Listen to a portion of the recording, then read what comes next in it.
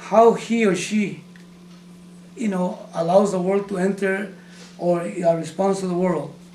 Now, and then we relate that to how we meet the world and how the world, impinges upon us. Now, can we say that the world, okay,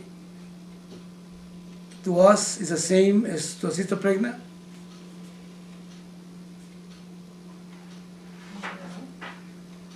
Why? What do you say no? Because Sthita Prajna doesn't get, it stays the same. Okay. Shanta. Doesn't mean the yo-yo. That's correct. Yeah. The word Shanta comes It into doesn't play. get disturbed by that. That's right. Now, so the mind of the Sita Pregna is still taking the mind of one who is not Sthita, who is not established, like you and I, let's just say. Okay, that mind is still giving credence to the universe as separate from him. Is still asserting that I am limited. Is that right? So therefore, whatever happens doesn't happen. It affects a person. Now, look, I'm talking about the person that doesn't have this knowledge. Now, let's talk from the standpoint of the Atma, the self. Remember, the self is not going to happen. The self is not going to one day become. All right, the self is now.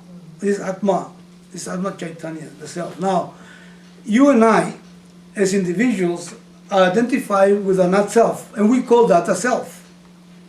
Is that true?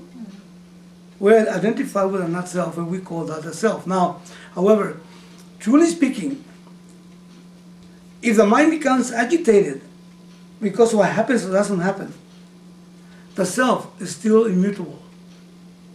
What does it mean, immutable? Doesn't get affected. Unaffected. Completely unaffected. The self, right now. No. So you mean I, the self, Atma, does not get affected? That's correct.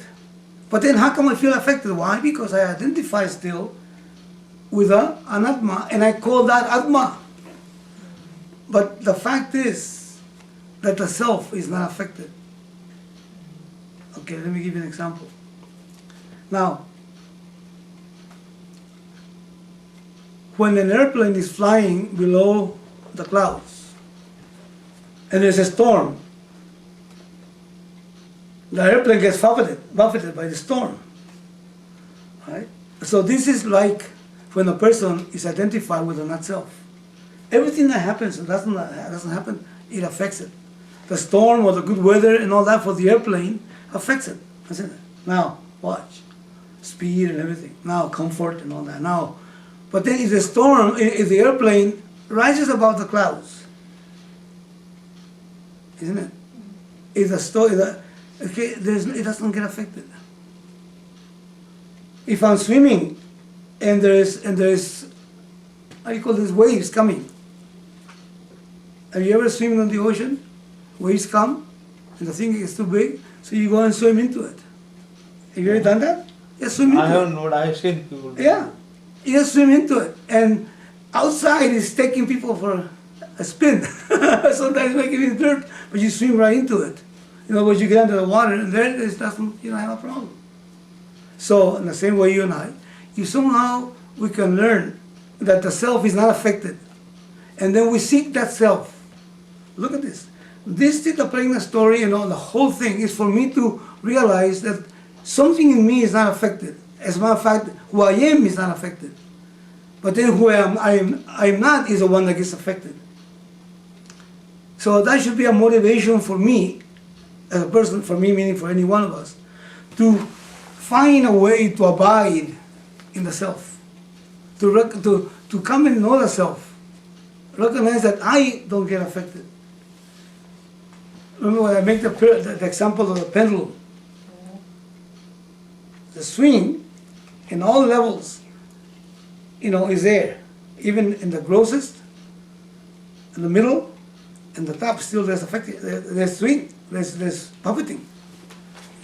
Now, if I'm coming and meeting the world, and the world is meeting me, okay? If the world is entering into me, or I am responding to the world from any one of the three levels, body, mind, senses, then I will definitely be affected. However, if I somehow, the apex is a reality in the pendulum.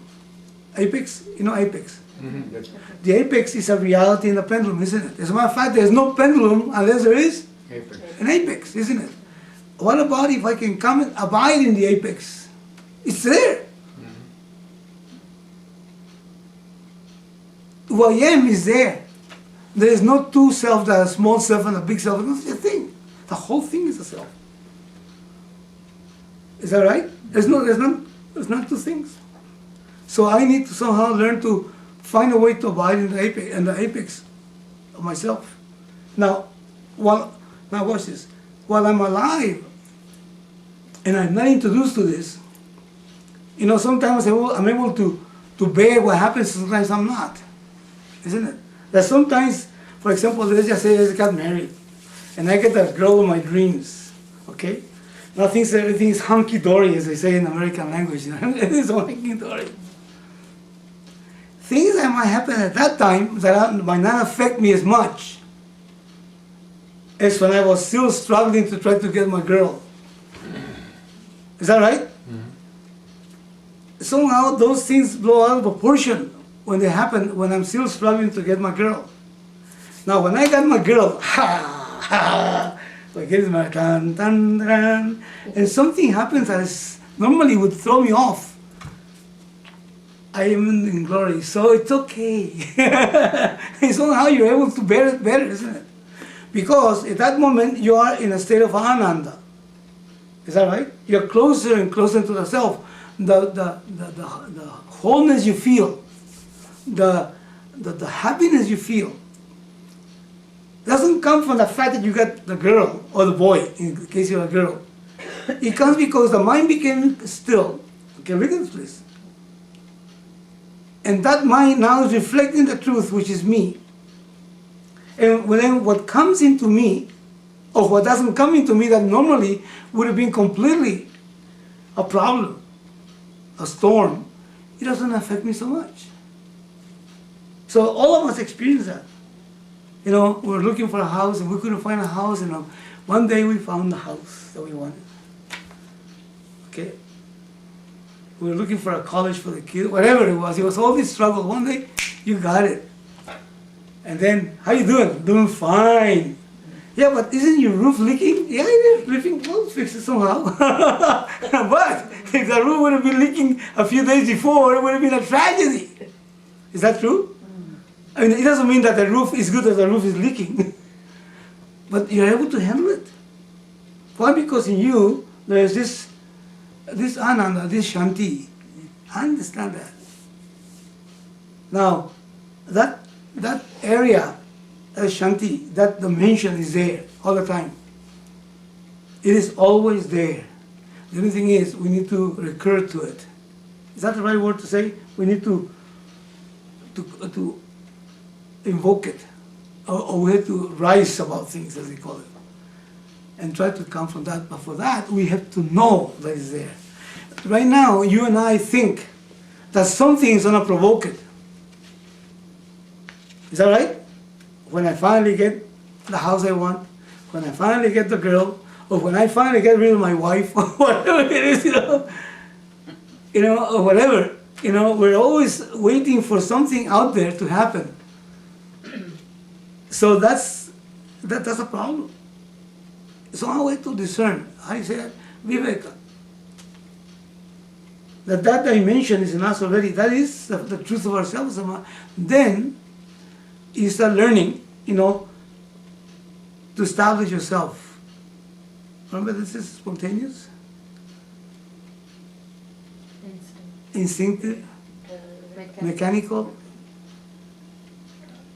deliberate, spontaneous. and spontaneous. And spontaneous right here. This is relative spontaneity. You start having faith in that, and you go there, become acquainted with yourself,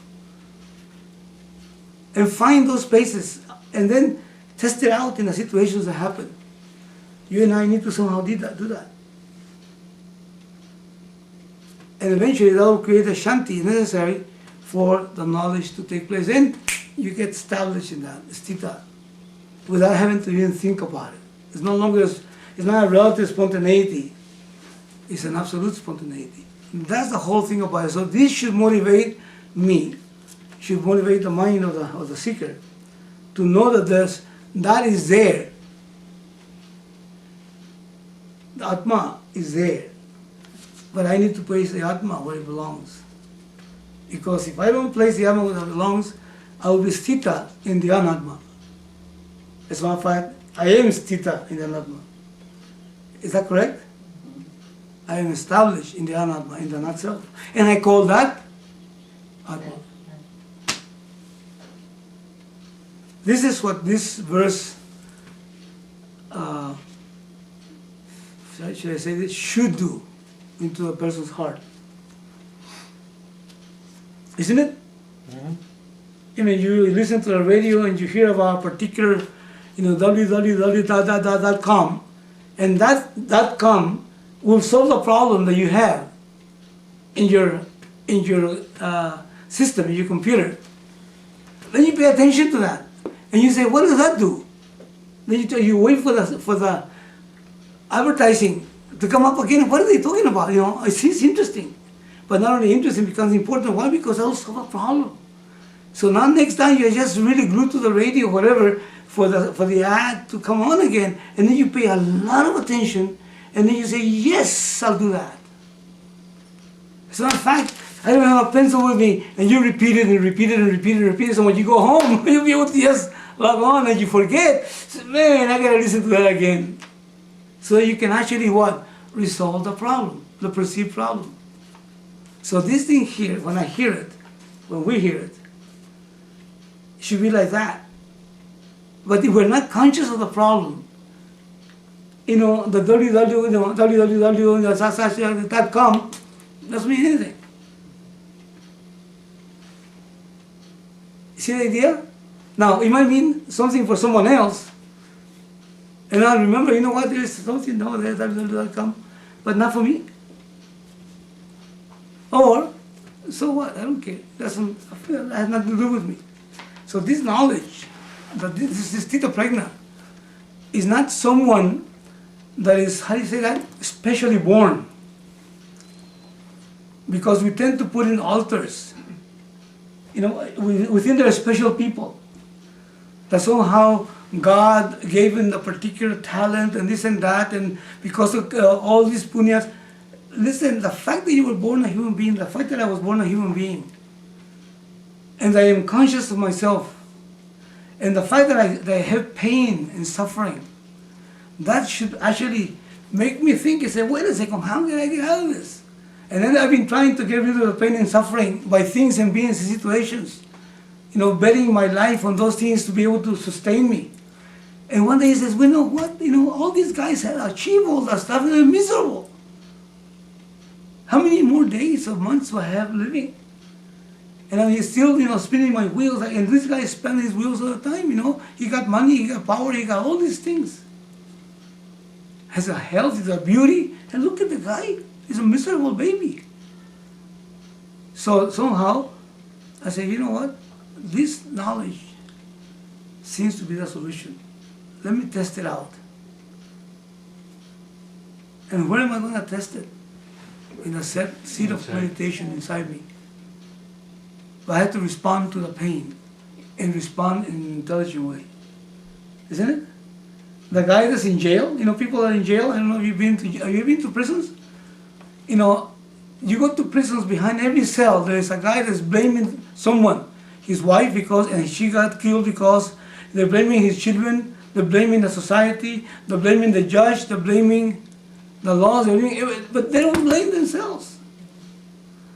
They know that they don't realize that the solution is not out there, the solution is here. And when they come out, they won't catch me anymore. They won't catch me anymore, they go right back in.